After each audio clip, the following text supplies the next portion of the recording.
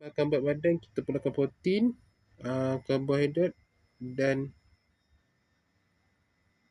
sumber fiber, iaitu sayur-sayuran. Okey. Karbohidrat kau ambil nasi 2 ke 3 pikiran sehari kalau boleh. Kalau boleh macam nak 5 ke 6 lah. Itu paling penting. Yang kedua, ni lah protein ayam. Protein lah.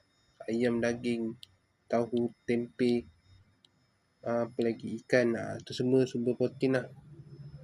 Lepas tu pula yang ketiga, fiber. Fiber ni kalau boleh korang ambil fiber yang bermanfaat lah, yang tinggi fiber lah kan.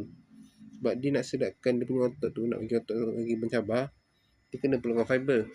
Maksud dari segi bebanan pula, kau kena tambah bebanan setiap hari. Kalau kau nak buat ni, kau pergi kat gym. Pastikan makan macam tu je. Tak perlu tak perlu tukar makanan. Ini untuk besarkan badan. Dia bukan untuk buat six pack. Six pack lain.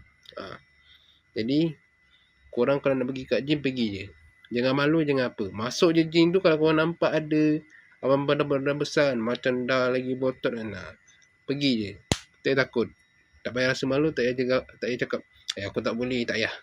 Kau pergi je. Yang penting bayar. Itu paling penting. Sebab kita nak buat badan ni bukan senang. Si dulu pun nak konsisten pun bukan senang. Tapi saya berjaya juga. Pernah naik 41 ke 45 cm lah situ. Pernah naik juga. Tapi sekarang dah tak ada lah, sebab saya dah mengagu kan. Dia kat situ macam tu lah. Jadi sampai di sini saja video saya pada kali ini.